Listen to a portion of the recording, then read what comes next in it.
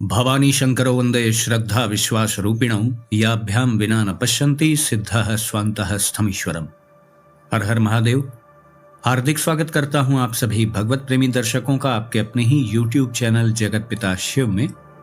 भगवान श्री भुजंगेश्वर महादेव जी की कृपा से आप सभी स्वस्थ सकुशल और प्रसन्न होंगे, ऐसा मुझे विश्वास है।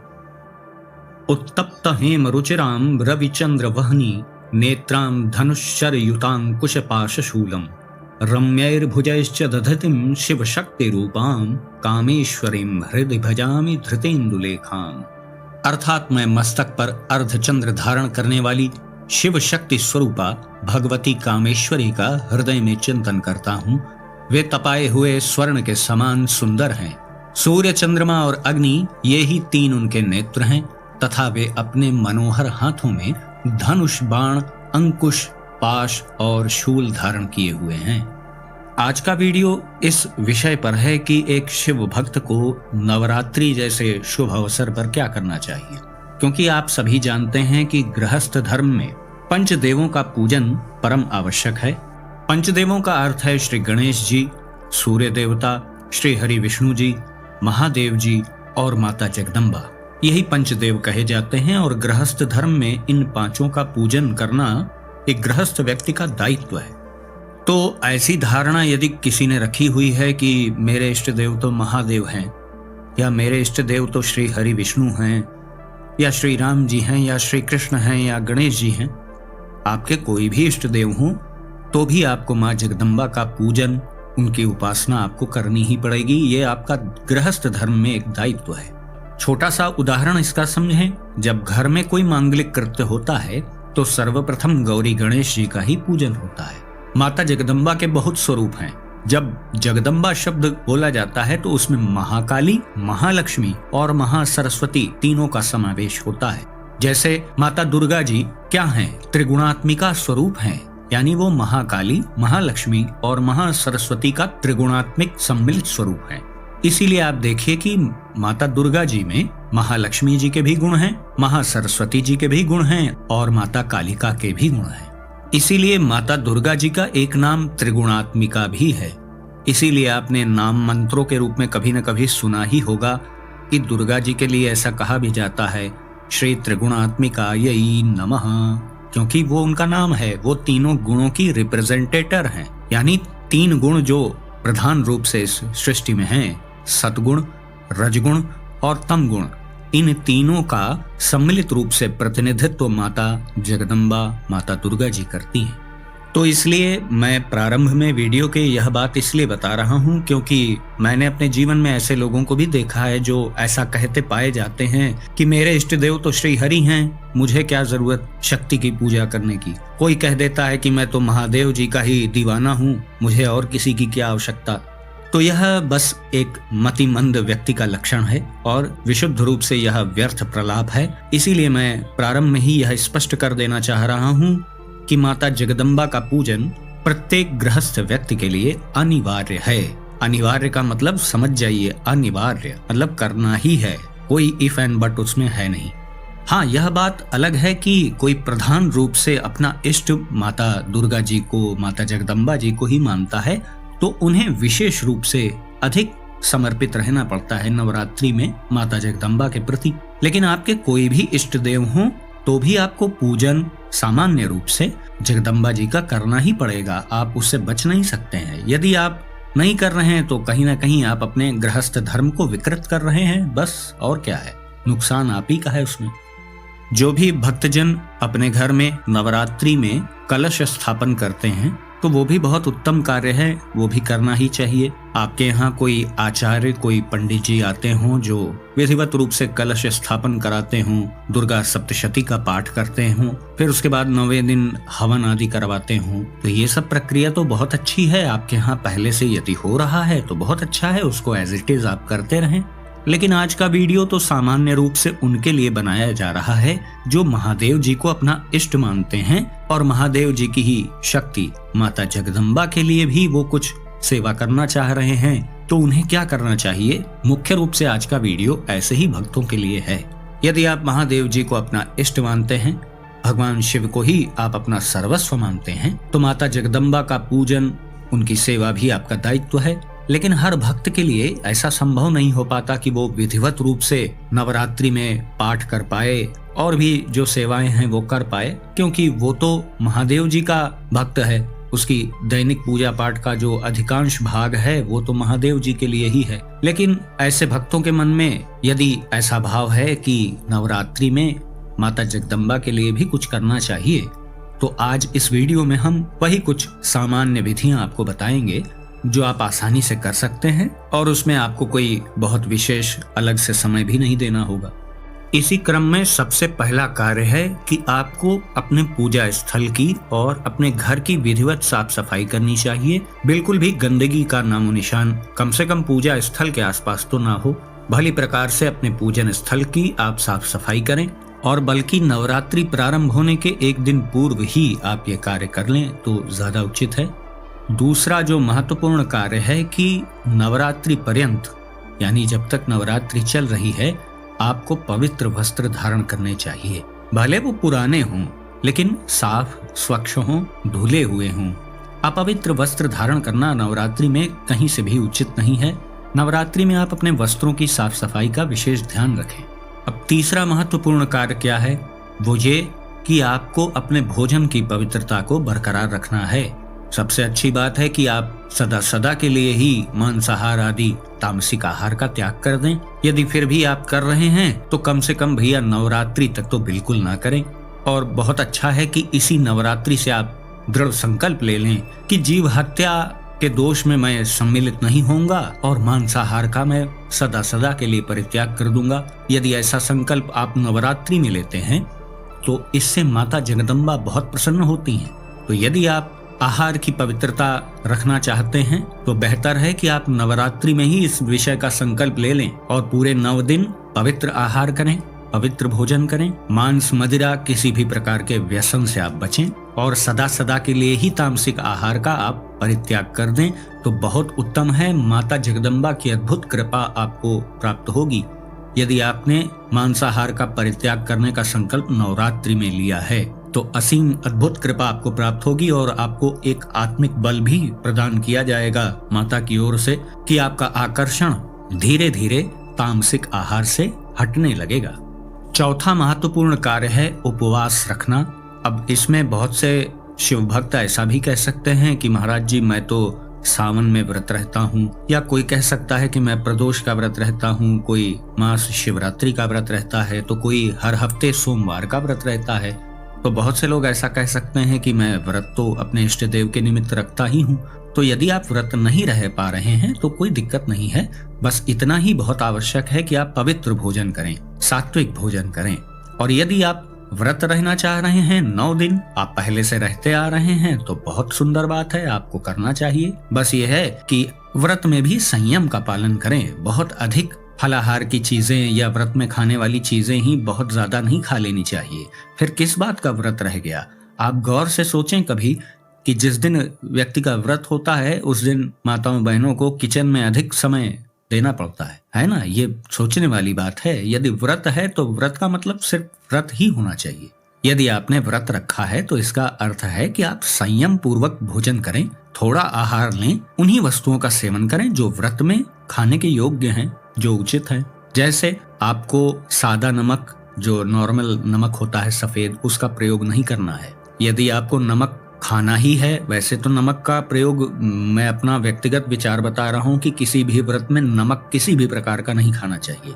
लेकिन बहुत से लोगों को रक्तचाप की यानी ब्लड प्रेशर की दिक्कत आ जाती है, लो बीपी वालों को भी बहुत दिक्कत रहती है, तो ऐसे लोग सेंधा नमक का प्रयोग कर सकते हैं। साथ में सिंघाड़े के आटे का प्रयोग कर सकते हैं, कूटू के आटे का प्रयोग कर सकते हैं। सुबह शाम 2 बार आप चाहें तो केवल विशुद्ध रूप से फलाहार भी कर सकते हैं। लेकिन ये हैबिट जो लोग डाल लेते हैं कि 9 दिन व्रत चल रहा है तो व्रत से संबंधित सामग्री ही वो खाते हैं, लेकिन उसका कोई निश्चित समय वो तय नहीं करते। अर्ली मॉर्निंग भी खा लिया, फिर सुबह 10-11 बजे फिर खा लिया, फिर दोपहर में खा लिया, फिर शाम को खा लिया, फिर रात में खा लिया, फिर रात में आधी रात में नींद खुली तो फिर कुछ खा लिया। ये तो बहुत ही असंयमित व्रत है, इसका कोई लाभ नहीं है भाई साहब। आप यदि 9 दिन विधिवत व्रत नहीं रह पा रहे हैं तो मत रहिए, कोई दिक्कत नहीं है। आप सादा भोजन, पवित्र भोजन जो आपके घर में नॉर्मल बनता है वो खाइए आप, कोई दिक्कत नहीं। बहुत से लोग प्रथम दिन और 9वें दिन रखते हैं, वो भी ठीक है। तो यथाशक्ति सुविधानुसार जैसा व्रत आप रख पाए उसे रखें, और फिर व्रत रखने के बाद थोड़ा संयम का भी पालन करें। ये नहीं कि फिर व्रत है तो व्रत से संबंधित चीज आप खाए जा रहे हैं, ये बिल्कुल अच्छी बात नहीं है, बल्कि ये निंदनीय बात है। आप व्रत रहते हैं, उसमें व्रत की सामग्रियों का आप सेवन करते हैं, तो बिल्कुल थोड़ा सा खा लीजिए कि थोड़ी एनर्जी शरीर में बनी रहे, बस। उदर पूर्ति नहीं की जाती है व्रत में, इसको अच्छे से समझ लीजिएगा। 5वां महत्वपूर्ण कार्य है, जो है तो अति महत्वपूर्ण, लेकिन बहुत से लोग अज्ञानतावश इसे महत्व नहीं देते हैं, और वो कार्य है बाल, दाढ़ी और नाखून को ना कटवाना 9 दिन। नवरात्रि पर्यंत, जब तक नवरात्रि चल रही है, आप बाल, दाढ़ी, नाखून आदि ना काटें। यह बहुत आवश्यक है। नकारात्मक शक्तियां भी नवरात्रि में अपने चरम पर होती हैं, ये ध्यान रखिएगा। तो बाल काटना, अनावश्यक रूप से बहुत ज्यादा फैशन करना, खूब श्रृंगार करना, अपने आप को ऐसा दिखाना कि मैं बहुत फैशनेबल हूँ, ये सब बिल्कुल अच्छा नहीं है, क्योंकि ऐसे ही लोगों से तो नकारात्मक शक्तियां भी थोड़ी आकर्षित होती हैं ना। इसीलिए प्राचीन काल से ही बड़े बुजुर्ग हमें ये समझाते आए हैं कि अनावश्यक रूप से हमें बाहर नहीं घूमना चाहिए, बेवजह साज श्रृंगार नहीं करना चाहिए। माताओं बहनों के लिए चलिए थोड़ा सा हल्का फुल्का ठीक है, लेकिन पुरुषों के लिए ये बिल्कुल भी उचित नहीं है कि वो बाल, दाढ़ी, नाखून आदि काटें, इत्र लगाएं, परफ्यूम खूब लगाएं, जूठा मुख लेकर के बाहर घूमते रहें। ये सब बिल्कुल अच्छा नहीं है। इस बात को गंभीरता से समझें और इसका पालन करें। 6वां महत्वपूर्ण कार्य है ब्रह्मचर्य का विधिवत पालन, कड़ाई से पालन।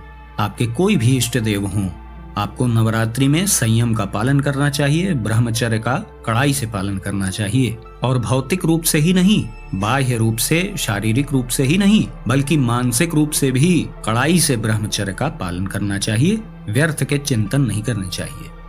7वां कार्य जो है वो अति महत्वपूर्ण कार्य है। आपको ऐसी कोई भी माताएं बहनें मिलें जो जरूरतमंद हैं, जिन्हें किसी प्रकार की समस्या है, तो भले आप उनकी समस्या को पूर्णतः मिटा ना पाएं, तो कुछ उन्हें ढाढ़स बंधाएं, कुछ उनका मनोबल बढ़ा दें, तो ये भी उनकी एक सेवा है। और यदि आप कुछ उनका आर्थिक सहयोग कर पा रहे हैं तो बहुत अच्छी बात है, या अन्य किसी भी प्रकार से उनकी समस्या से उन्हें आप निवृत्त करा दें, तो ये बहुत बड़ा कार्य है और बहुत बड़ी सेवा है माँ जगदम्बा की। अब ऐसा भी नहीं है कि आप नवरात्रि आए तो आप मशाल लेके निकल पड़े कि चलें कोई मिलें जो जिनको कुछ आवश्यकता है, कुछ सेवा की जरूरत है। ऐसा नहीं है। यदि माँ जगदम्बा आपसे सेवा स्वीकार करना चाहेंगी तो निश्चित रूप से ऐसा संयोग बन जाएगा, फिर आपके सामने वो संयोग प्रकट होगा, तो फिर आप इस बात को याद करिएगा और उस संयोग को पहचान लीजिएगा कि ये माता जगदम्बा की कृपा से ही संयोग मेरे समक्ष आया है। तो यथाशक्ति, यथासंभव जो आप कर पाएं, उन माता बहनों के लिए सेवा कर सकते हैं। यह भी बहुत महत्वपूर्ण कार्य है। 8वां महत्वपूर्ण कार्य है कि आपको माता जगदम्बा के निमित्त उनकी प्रसन्नता के लिए दुर्गा सप्तशती का पाठ कर लेना चाहिए, या किसी माता जी के स्तोत्र का पाठ आप कर सकते हैं, या किसी विशेष मंत्र का जाप आप कर सकते हैं। उनके नाम मंत्रों का जाप कर सकते हैं, जैसे श्री जगदम्बिकायै नमः, श्री दुर्गा देव्यै नमः, श्री महाकाल्यै नमः, श्री महालक्ष्म्यै नमः, श्री महासरस्वत्यै नमः। इसको ध्यान रखिएगा कि नाम मंत्र का प्रयोग माताएं बहनें भी कर सकती हैं और पुरुष जन भी कर सकते हैं, क्योंकि इसमें प्रणव आ नहीं रहा है। और नाम मंत्रों का प्रयोग तो चलते फिरते भी हो सकता है, तो आप चाहें तो चलते फिरते भी श्री जगदम्बिकायै नमः, श्री दुर्गा देव्यै नमः, श्री सिंहवाहिन्यै नमः, श्री विंध्यवासिन्यै नमः, श्री त्रिगुणात्मिकायै नमः, इस तरीके से जो नाम मंत्र आपको प्रिय हो, या अपने से भी आप बना सकते हैं। जो भी नाम आपको दुर्गा जी का प्रिय हो, माता जगदम्बा का जो भी नाम आपको प्रिय हो, उसके पहले श्री लगा करके बाद में नमः लगाना है। जैसे किसी को माता शीतला जी का नाम बड़ा प्रिय है तो वो कैसे बोलेगा? श्री शीतला देव्यै नमः, श्री शीतला देव्यै नमः। किसी को माता शारदा का नाम बड़ा प्रिय है तो वो इस तरह बोल सकता है, श्री शारदा देव्यै नमः, श्री शारदा देव्यै नमः। तो इसी प्रकार से अपने प्रिय नाम का आप नाम मंत्र बना करके जगदम्बा जी की प्रसन्नता के लिए जाप कर सकते हैं। चाहे आसन पर बैठ के करें, माला से करें, चाहे चलते फिरते भी नाम मंत्र का प्रयोग आप कर सकते हैं। और आप चाहते हैं कि आप दुर्गा सप्तशती का भी पाठ करें नवरात्रि में, तो इसके लिए ये थोड़ी सी सावधानी आपको रखनी होगी कि मूल पाठ तो वही कर सकता है जिसका संस्कृत का उच्चारण अच्छा हो और जिसका अभ्यास अच्छा हो, उसे ही संस्कृत का पाठ करना चाहिए। यदि आप संस्कृत का पाठ ठीक से नहीं कर पा रहे हैं तो आपको हिंदी अनुवाद का ही उसका पाठ करना चाहिए।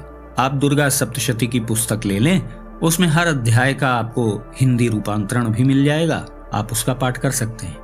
सप्तशती का पाठ तो वैसे बहुत विस्तृत है और नियम तो ये है कि पूरा पाठ विधिवत रूप से प्रतिदिन करना चाहिए, लेकिन बहुत से लोगों के पास समय कम होता है तो पूरे पाठ को वो 9 दिन के रूप में 9 टुकड़ों में बांट देते हैं। उस तरीके से भी आप कर सकते हैं। सब कुछ इस बात पे निर्भर है कि आप कितना समय देते हैं, क्योंकि यह वीडियो तो शिव भक्तों के लिए बनाया जा रहा है, तो जाहिर सी बात है कि वो शिव भक्त होंगे तो अपने महादेव जी के लिए भी तो वो अधिकांश समय दे रहे होंगे, उनके निमित्त जाप कर रहे होंगे, पाठ कर रहे होंगे, तो फिर इतना अधिक समय फिर सप्तशती के विस्तृत पाठ करने में वो कैसे दे पाएंगे। तो ये सब कुछ आप सबकी सुविधा अनुसार तय होगा। आपके पास कितना समय उपलब्ध है उस हिसाब से आप सप्तशती का पाठ कर सकते हैं।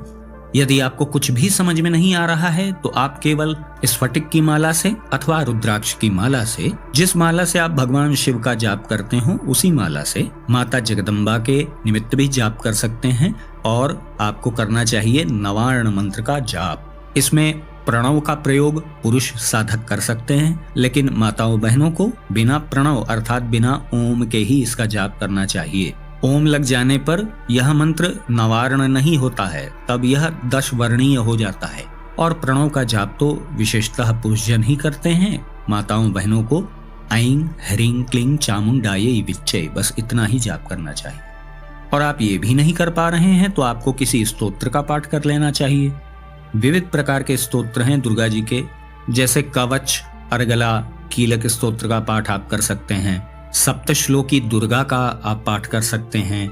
श्री दुर्गा अष्टोत्तर शतनाम स्तोत्र का पाठ आप कर सकते हैं। 108 नामों का इसमें उल्लेख है। वेदोक्त रात्रि सूक्त का पाठ आप कर सकते हैं। तंत्रोक्त रात्रि सूक्त का पाठ आप कर सकते हैं। श्री देव्यथर्व शीर्ष का पाठ आप कर सकते हैं। ऋग्वेदोक्त देवी सूक्त का पाठ आप कर सकते हैं। तंत्रोक्तम देवी सूक्तम का पाठ भी आप कर सकते हैं। इसी प्रकार बहुत से स्तोत्र हैं और सबसे महत्वपूर्ण है सिद्ध कुंज का स्तोत्र का पाठ भी आप कर सकते हैं। इसके पाठ से संपूर्ण सप्तशती के पाठ का फल प्राप्त होता है। रुद्रयामल तंत्र के अंतर्गत इसका उल्लेख महादेव जी ने किया है। और मैं फिर कह रहा हूं कि यदि आप भली प्रकार से संस्कृत का उच्चारण शुद्ध रूप से नहीं कर पा रहे हैं तो केवल हिंदी अनुवाद का ही पाठ करें, वही उचित है। और पाठ के वक्त बीच बीच में फोन चेक करना, कॉल रिसीव करना, किसी से पीछे मुड़ के बात करना, खांसना, छींकना, ये सब अच्छी बात नहीं होती है। हालांकि छींकने और खांसने का आवेग तो प्राकृतिक है, उसको आप कैसे कंट्रोल कर सकते हैं, लेकिन फिर भी यथाशक्ति बचना चाहिए। और पाठ के दौरान उस बीच में ये फोन से बिल्कुल दूर रहना चाहिए। देखिए, दुर्गा जी की पूजा थोड़ा सा अलग किस्म की है। महादेव जी का हिसाब यहाँ नहीं है। महादेव जी महादेव ही हैं, उनकी बात आप छोड़ दीजिए। माता जगदम्बा जी प्रकृति भी तो हैं, वो प्रकृति की प्रतिनिधि हैं। तो इसलिए इनके पूजा में थोड़ा नियम, संयम, विधियों का पालन बड़ा आवश्यक है, वरना तुरंत इसका दुष्परिणाम भी देखने को मिलता है। इसको ध्यान रखिएगा। तो माता जगदम्बा के पाठ से संबंधित जो भी बातें हैं वो बहुत विस्तृत हैं और बहुत हद तक यह इस बात पे भी निर्भर है कि आपके पास कितना समय है, कितना समय आप पाठ के लिए दे सकते हैं। यह बात भी तो महत्वपूर्ण है। बहुत कठिन, बहुत शास्त्रोक्त विधि भी मैं यदि बता दूं तो भी सामान्य भक्तजन घबरा जाएंगे, फिर जो थोड़ा बहुत करना है वो भी नहीं करेंगे। तो इसलिए भैया यथाशक्ति जितना पाठ आप, जो भी स्तोत्र का पाठ या पूरी सप्तशती का पाठ, जैसे आपको सुविधा लगे वैसे आप कर सकते हैं। बस इतना अवश्य ध्यान रखें कि उच्चारण शुद्ध हो, चाहे आप संस्कृत से पाठ कर रहे हो चाहे हिंदी से। तो यही कुछ सामान्य विधियां थीं जो एक शिव भक्त को नवरात्रि में पालन करना चाहिए। यदि सामान्य रूप से इन 9 विधियों का भी पालन आपने कर लिया तो निश्चित रूप से माता जगदम्बा की आपको अद्भुत कृपा प्राप्त होगी। बहुत विस्तृत विधियों का मैंने इस वीडियो में वर्णन नहीं किया है, क्योंकि मैं यह वीडियो स्पेशली उन लोगों के लिए बना रहा हूँ जो भगवान शिव जी को अपना इष्ट देव मानते हैं, उनकी साधना करते हैं और साथ में नवरात्रि में माता जगदम्बा के लिए भी कुछ सेवा करना चाहते हैं तो उनको ही ध्यान में रखते हुए यह वीडियो बनाया गया है। इसलिए इसमें बहुत ही सामान्य बातों का ही वर्णन मैंने किया है। बहुत कठिन विधियां मैं बता दूंगा तो भी तो दिक्कत हो जाएगी, फिर लोग कहेंगे कि मेरी शिव साधना डिस्टर्ब हो रही है, उसमें कैसे मैं समय दे पाऊं। तो जो आप पहले से अपनी साधना प्रक्रिया कर रहे हैं वो भी सुचारू रूप से करते रहें और साथ में माता जगदम्बा के निमित्त भी जो मैंने विधियां बताई हैं उनका पालन अवश्य करें और नवरात्रि भर मन, वाणी और कर्म से बिल्कुल पवित्र रहें। तो मैं आशा करता हूं कि जो भी जानकारी आपको दी गई वो आपको अच्छी लगी होगी और आपका उचित मार्गदर्शन हुआ होगा। यदि वीडियो आपको पसंद आया तो इसे लाइक करें, अपने मित्रों बंधु बांधवों के साथ शेयर करें। यदि इस चैनल पर आप पहली बार आए हैं तो कृपया इस चैनल को भी सब्सक्राइब करें और बेल आइकन को भी अवश्य प्रेस कर दीजिएगा, जिससे भविष्य में आने वाले मेरे सभी वीडियोस के नोटिफिकेशन आपको मिलते रहें। तो भगवान शिव उमा माहेश्वर जी से मैं ऐसी प्रार्थना करता हूँ कि वो आप सभी को सदा सुखी, स्वस्थ और ऊर्जावान बनाए रखें। मिलते हैं अगले वीडियो में एक नई और उपयोगी जानकारी के साथ। तब तक के लिए आप सभी भगवत प्रेमी भक्तों को हर हर महादेव।